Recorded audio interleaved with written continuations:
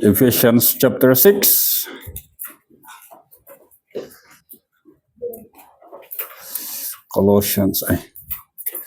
Galatians, Ephesians, Philippians, Colossians. Ephesians chapter 6. Kahit nga basahan iti verses 10 hingga na iti verse 17.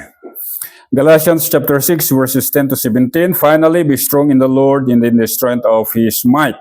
Put on the whole armor of God so that you will be able to stand firm against the scheme of the devil.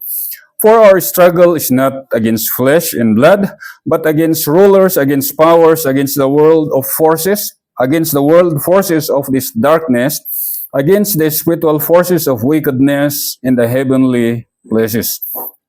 Therefore, take up the full armor of God, so that you will be able to resist in the evil day, and having done everything, to stand firm. Stand firm, therefore, having girded your loins with truth, and having put on the breastplate of righteousness, and having shod your feet with the preparation of the gospel of peace. In addition to all, taking up the shield of faith, with which you will be able to extinguish all the flaming arrows of the evil one. Last verse, and take the helmet of salvation and the sword of the Spirit, which is the word of God. Nya po Diyos mong bendisyon iti sa una. So, for the past 6 chapters ay napag-aralan po natin yung status po natin bilang isang mananampalataya, kung sino tayo kay Kristo.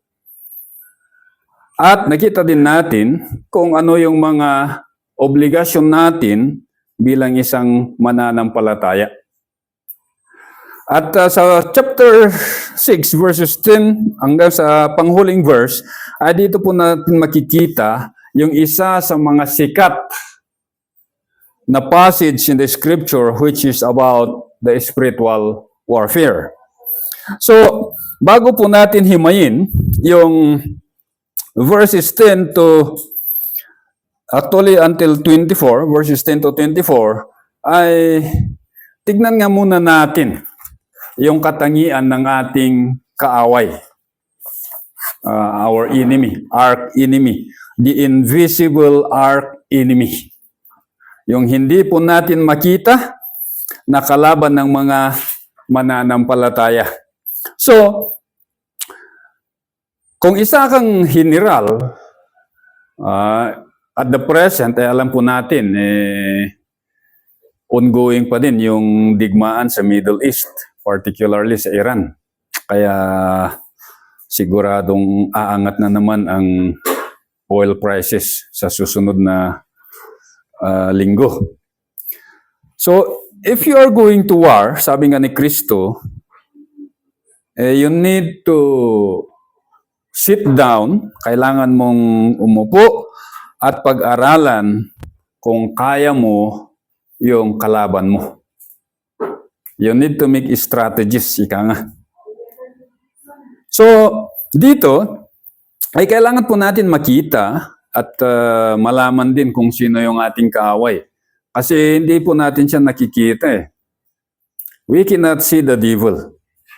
We can only see his works. Yung lang po nakikita natin ay yung kanyang mga trabaho sa pamamagitan ng kanyang mga galamay.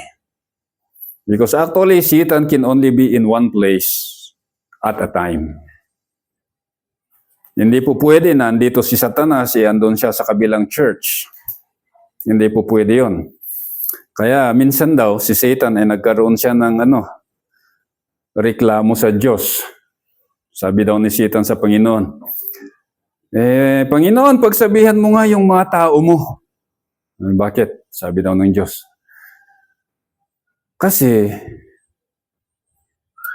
halos every church, sabi niya, their prayer is, I bind Satan in the name of Jesus.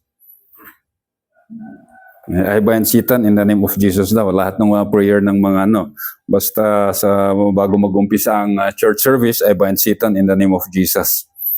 Pero Satan can only be in one place. Hindi po maaari na yun, Satan can be in 2 places. Hindi po pwede yun. Kasi Hindi po omnipresent si Satanas. Hindi po siya omnipresent. However, bagamat may limitation siya, ay meron din naman siyang kakayahan na kailangan po natin makita sa salita ng Diyos. So, una, tingnan nga natin, sino ba kasi si Satan? So, sa salita ng Diyos, ay pinakita dito kung sino si Satanas. So, we'll be quoting a few verses para makita natin kung sino yung kaaway natin. Kung sino yung kanilang pinuno. So, una, sino ba si Satan? Sabi sa 1 Peter chapter 5 verse 8, 1 Peter chapter 5 verse 8, sabi doon, be of sober spirit, be on the alert. Your adversary, the devil, growls around like a roaring lion seeking someone to devour. So, ang ating adversary, ang ating kaaway ni si Satanas ay lakwatsero. Hindi siya kontento na namamalagi sa isang lugar. Lakwatsero siya. So, maalala niyo si Job, yung kwento kay Job, nung mga anghel ay nagpresenta sa trono ng ating Panginoon at sumabay din si Satan at tinanong ng Diyos sa kanya, o Satanas, saan ka? Sabi niya, walking to and fro in the earth. So, lakwatsero si Satanas. He prowls around. Talagang nagkakalat siya kahit saan-saan. Kaya kung makasalubong mo sa daan, siyempre aatakihin ka talaga. Kaya kailangan po natin talagang maghanda because we do not know when Satan attacks us. Kasi yun nga, nagkakalat siya everywhere. So he prowls around. Ano ang kanyang ginagawa? Seeking someone to devour. Naghahanap siya palagi ng kanyang makakatay or kanyang makakain, o naghahanap siya palagi ng kanyang bibiktimahin. So every day, meron siyang victim. Meron siyang biktima. At minsan, siguro kung nakasalubong natin, pag hindi tayo handa, tayo yung biktima. Kaya, makita natin, yung po yung isang katangian ni Satanas. He prowls around. Kaya yung prowls around actually is a present active indicative. It is a reality na talagang nag-iikot siya sa mundong ibabaw na ito. Nag-iikot siya at kasama yung kanyang mga galamay. Ilang percentage yung angel yun? 1/3 ba? Ngayon ko. Basta, kasama niya yung kanyang mga galamay. And he continually naghanap siya ng kanyang mabibiktima. And that could either be you or I kapag hindi po tayo handa. So, pangalawa, sino ba si Satan? He is the prince of the power of the air. Nakita po natin to sa Ephesians chapter 2 verse 2. In which you formerly walk according to the course of this world, according to the prince or ruler of the power of the air, of the spirit that is now working in the sons of disobedience. Siya yung nagkukontrol sa lahat ng demonic power. Siya yung kanilang pinuno. Kaya kapag hindi siya yung nakasalubong mo, malamang isa sa kanyang mga galamay. So marami siyang galamay. Kaya hindi po basta-basta na sabihin natin, bagamat Satan is a defeated foe, talo si Satanas sa cross, and when Christ resurrect from the dead, talagang talo na siya. Pero, as of the meantime, hindi pa naman siya kulong. Meron yung panahon na talagang darating na makukulong siya. Eternally, kasama ng kanyang mga kampon. Pero sa ngayon, nasa labas pa rin siya at may mga kasundaluhan siya. Marami siyang galamay na kumikilos sa mundong ibabaw na ito. Kaya makita po natin na he is a formidable foe. Hindi po basta-basta. Although sabi ni John sa atin that greater is he that is in you than he that it is in the world.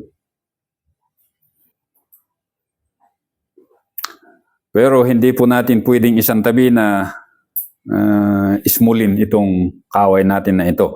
So, he is the prince of the power of the air. At sa Korinto, sinabi po doon na 2 Corinthians chapter 4 verse 4, sabi po, in whose case the God of this world has blinded the minds of the unbelieving so that they might not see the light of the gospel of the glory of Christ, who is the image of God. Sino si Satan? Sabi po, he is the God of this world. Siya yung Diyos ng sanlibutan na ito. Bagamat Christ is the Lord of Lords and King of Kings, nakita po natin yan kanina, pero at the moment, sa mundong ibabaw na ito, ang naghahari po dito is si Satanas. At isa sa kanyang mga gawain, sabi po dito, he blinded the minds. Talagang pinupundi po niya yung mga isipan. Kaya yung isipan ng mga unbelieving, pundido po.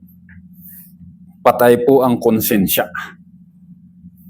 Kaya hindi nila makita yung liwanag ni Kristo.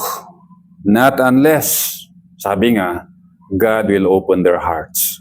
Gaya nung kanyang ginawa kay Lydia. Diba? So, maalala po natin sa ating mga buhay, ay noon sa nakaraan, ay talagang ayaw din natin sa Ebanghelyo. Yung isipan natin, palaging kinakalaban natin yung salita ng Diyos. Mas lalo na pag sinabi yung eleksyon, wala. Talagang, ewan ko. Pero, makita po natin that nagliwanag yung Ebanghelyo sa isipan natin, nakita natin yung katotohanan. God opened our eyes in order for us to believe the gospel. But for the unbelieving, ito yung ginagawa ni Satanas. He blinded their minds. Kaya hindi po nila makita yung liwanag ng Ebanghelyo. But we should continually pray for them na by God's mercy and by God's grace, makita po din nila yung liwanag ng Ebanghelyo. At sa present study natin sa Ephesians chapter 6 verse 12, makita po natin dito yung hierarchy, ay yung kasundaluhan ni Satanas. So, meron din siyang hierarchy na kung saan sabi dito, for our struggle is not against flesh and blood, but against rulers, against powers, against world forces of darkness, against the spiritual forces of wickedness in the heavenly places. Kaya may ano siya may general siya, may private siya. Ewan ko kung ano ang tawag niya sa kanyang mga kasundaluhan. But anyway, kaya in some other denomination, in some other churches, nagkaroon sila ng gumawa sila ng mga pangalan. There is that, sabagay, base din naman sa scripture, kung minsan, pero minsan nasubrahan ata. There's that mute spirit. Ano pa yung iba? Deaf spirit. Malala nyo yung awit? I've got spirit in my head, in my ear, in my mouth. Parang ganun na. But anyway, sa ating present study sa Ephesians chapter 6, makita natin that there is this reality that Satan has an hierarchy of invisible army na gumagala sa mundong ibabaw natin, na nagpapahirap po sa ating mga Kristiyano. Kaya kailangan po natin talagang maging handa every day, day in and day out, para hindi po tayo matalo ng kaaway natin. So, pangalawa nating tignan,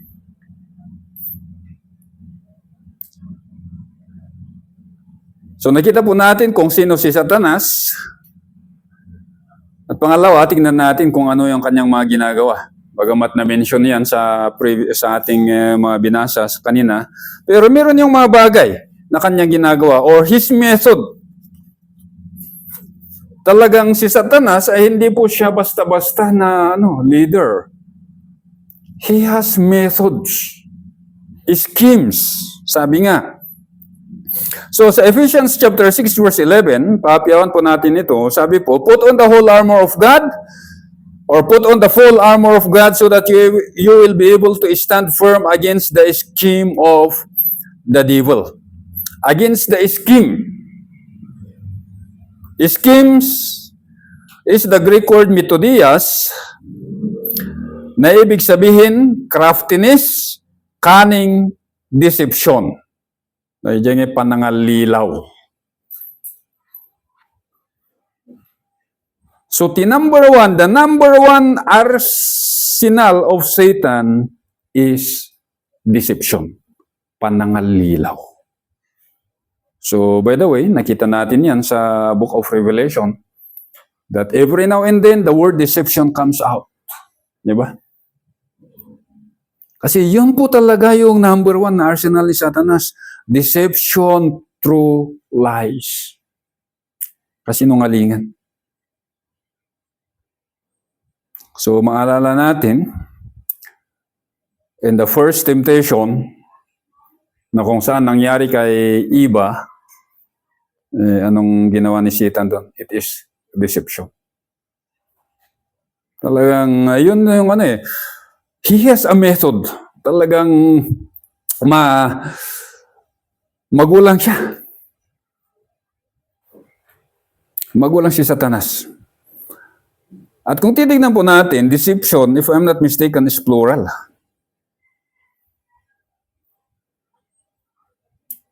Kaya sabi sa 2 Corinthians chapter 2 verse 11, 2 Corinthians 2:11, so that no advantage should be taken of us by Satan, for we are not ignorant of his schemes. Sabi ni Apostle Paul.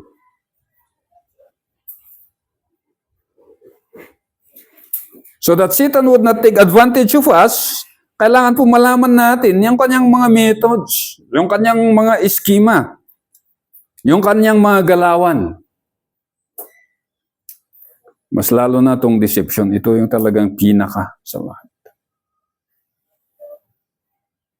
Na kung saan maraming mga Kristiyano ay nasa bilangguan pa rin ni Satan through deception. Ang dami po. Maraming Kristiyano who love the Lord, but they are imprisoned by deception. Anong deception yun? The deception of law, the deception of human merits. Bilanggo po sila sa mga ganun. Kaya, yun po yung number one na kanyang, yung kanyang nasa kanyang arsenal. Pangalawa, yung nakita natin sa 2 Corinthians 4:4, that he blinded the eyes of the unbelieving, or the minds of the unbelieving. And then, pangatlo na makita natin is, nakita din natin to kanina sa Ephesians 2 verse 2, na kung saan sabi doon, the Spirit that is now working in the sons of disobedience. The word working is the Greek word energeo, na ibig sabihin effectual working. Hindi po siya basta-basta na trabaho. Yung talagang trabaho na talagang paldo. Han nga di trabaho nga, nangamong ditan. Hindi. His work is solid. Talagang gumagana yung kanyang mga trabaho. And that his work with the children of disobedience is working. He is effectually working. He is energizing their works. Talagang gumagana yung kanyang mga trabaho. And actually, this is present active. So, ibig sabihin, hindi po siya namamahinga sa paggawa. Ang tayo, mabanog tayo, agina natin. Ngumni satanas, ang yung mabanbanog. Kadwa na dagijay, pasurop na. He does not rest. Hindi po siya namamahinga. Talagang palaging on the go. Sa 2 Corinthians chapter 11 verse 14, sabi po, and no wonder, for even Satan disguises himself as an angel of light. Satan disguises himself as an angel of light. So, makita po natin yung kanyang galawan, ano?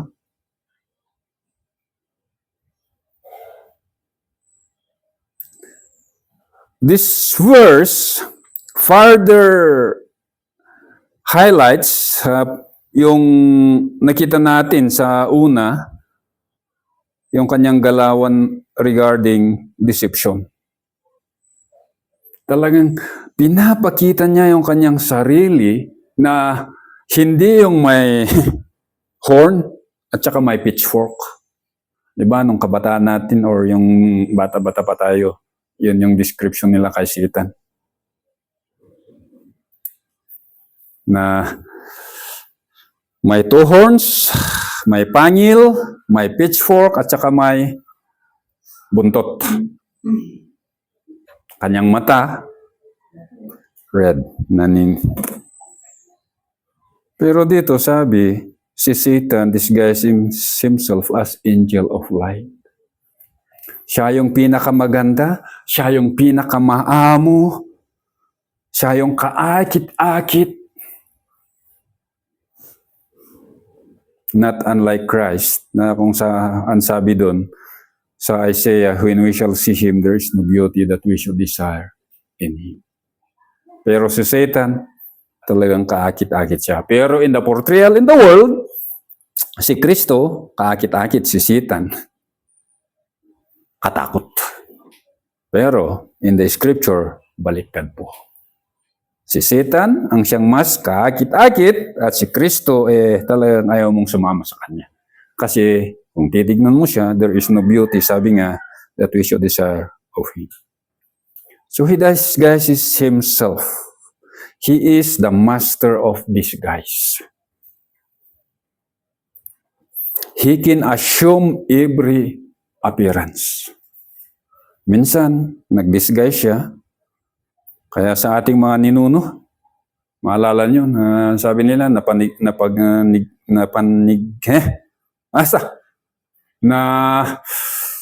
ko na ta? Jay, mustakas Jay. Ala, hindi, ayaw lumabas eh. So, I dream about my father. Talagang siya yun. Sabi nga, who is the master of disguise? Walang iba kundi si Satan. Kaya, yun, makita natin that is his work. And then, another work of Satan, sa 1 Thessalonians chapter 2 verse 18, sabi po, 1 Thessalonians 2:18, wherefore we would have come unto you, even I, Paul, once and again, but Satan hindered us. So siya yung gumagawa ng landslide or road cuts sa mga plano ng mga mananampalataya. Pero under pa rin ito ng sovereignty ng Panginoon.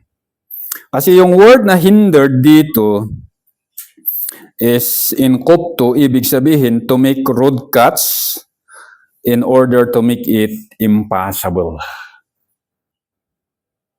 So si Pablo, sabi niya sa mga taga-Tesalonica, na nais niyang bumalik doon. Hindi lang minsan, second time, probably third time, pero sabi niya, Satan hindered us. So meron yung mga magagandang plano po tayo minsan, na kung saan makita natin this is the will of the Lord, pero biglang nagkabulilyaso, parang nahinto. At minsan, sabi nga, yun yung trabaho ni Satan. To make the life of Christian miserable sa pamamagitan ng ganito, hindrances. Satan bring hindrances para yung mga plano natin, para sa paglago natin spiritually, maybe hindered. Kaya minsan, plano mo na mag-church,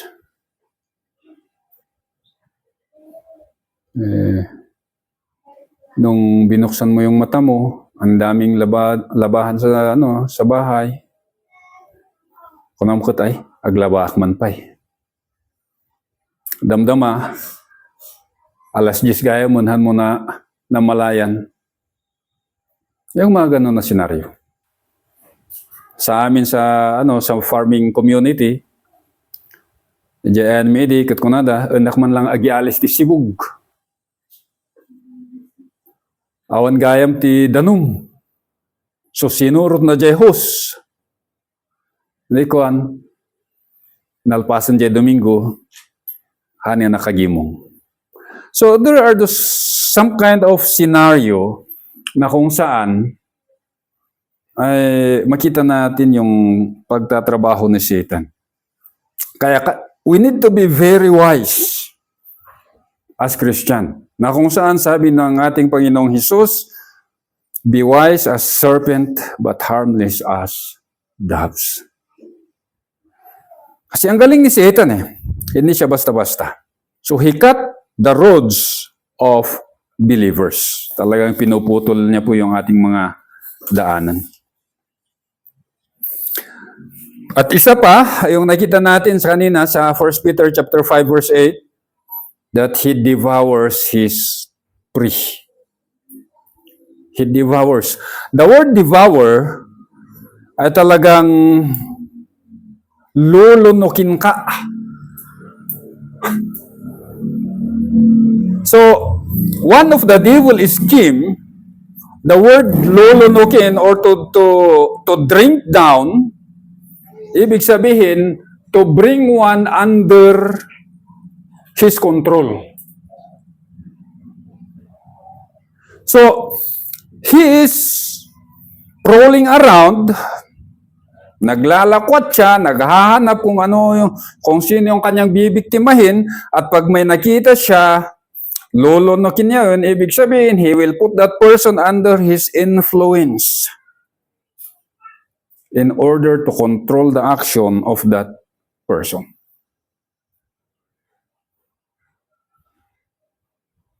Talagang pakakainin ka ng mga matatamis na salita. Pakakainin ka ng mga masasarap na pagkain hanggang makuha niya ang ating isipan. Talagang lulunukin. The word to devour is katapino, na talagang to gulp down or to completely overpower. Satan cannot change our eternal destiny. That is for sure. Hindi niya po pwedeng baguhin yung status natin bilang anak ng Diyos. Hindi po mangyayari yun. However, he can make our spiritual walk miserable. Pwede niyang gawin na yung paglakad po natin bilang isang mananampalataya maging napakahirap. Miserable. Talagang wala kang gana bilang isang Kristiyano, there is no joy in us. Sino ba sa inyo ang masaya na nakapagsamba kayo? Or Sunday worship is a burden? Actually, in my life as a Christian, meron yung time in my early pastorate that Sunday worship is a burden. Na kung po pwede, ayaw kong mag-preach. Na kung po pwede, pag Saturday, wala ng linggo. Lunes na kaagad. Why? There is no joy. Kasi nga, I am so overwhelmed by the devil's lie. Kaya naging miserable. There are times na talagang miserable. Pag linggo talagang ayaw ko nang gumising. Napakahirap. Pero yun nga, kasi walang tatayo, kailangan tatayo pa rin. Kaya ganun, maging ganun yung buhay natin. Na Satan cannot alter our eternal destiny in heaven, but he can make our spiritual walk miserable. Kaya mag-ingat po tayo mga kapatid, para hindi po tayo yung magiging pagkain ni Satan. Tapos, sa ating present study sa Ephesians chapter 6 verse 16, sabi po, Ephesians 6:16, in addition to all, taking up the shield of faith with which you will be able to extinguish all the flaming arrows of the evil one. Meron po siyang flaming arrows, fiery darts in other translation. At ito po ay nasa plural form. Ibig sabihin na yung mga furious, talagang galit na atake ni Satanas sa ating mga buhay through temptation, through deception, at iba pa, ay talagang napakarami. It is coming from every side. Na kung saan sabi ng isang pastor na pakinggan ko noon, sabi niya, when trials will come, they will always come in battalion. Kaya when Satan will attack us with fiery darts, hindi lang po iisa na kung toink, miss, wala na. Ang kanyang atake po is every side. Dami po. It is a flaming arrows coming from every angle and in variegated forms. Magkakaiba po yung kanyang forma. Kaya mag-ingat po tayo. And then panguli, kanyang gawain, he accuses the brethren day and night. Ito po yung nakita natin sa Revelation. Sa Revelation chapter 12 verse 10, sabi po, then I heard a loud voice in heaven saying, now salvation, the power, and the kingdom of our God and the authority of His Christ have come, for the accuser of our brethren has been thrown down, he who accuses them before our God day and night. Ayan ang sabi po ni Satan kay Lord patungkol kay Job. Kasi pinaligidan mo siya kasi ng hedge, kaya hindi ko magalaw.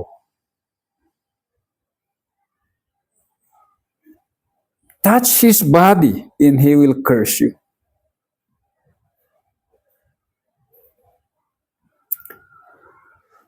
Satan continually accuses us in the sight of God. And sometimes, even in our mind, ay siguro, kaya mag-iingat kayo sa still small voice. Hindi po lahat ng still small voice ay nanggagaling sa Diyos. Hindi po natin sabihin na tayo si Elijah, na kung saan, andun siya sa Mount Horeb, dumaan yung malakas na hangin, yung malakas na bagyo, sabi doon, the Lord was not in the storm. Dumaan yung earthquake, malakas. The Lord was not in the earthquake. And then after all those, sabi doon, I still small voice. Kaya yung mga Kristiyano, gustong-gusto nila yung still small voice. Pero minsan, yung still small voice na yan, karamihan at kadalasan nanggagaling kay Satanas. Bringing accusation na sinasabi, ikaw, ganito ka. Ito yung ginawa mo noon. Kaya hindi ka karapat-dapat sa Diyos. Di ba? Kaya mag-ingat po tayo. Yun po yung gawain ni Satanas. Kaya sa Ephesians chapter 6, ay binigay po yung full armor of God para doon malabanan po natin yung mga gawain ni Satanas kasama yung kanyang mga galamay. Kaya may God help us. Shall we pray? Father God, we thank you for yung mga verses na nabasa namin with regards to our invisible arch-enemy na si Satan.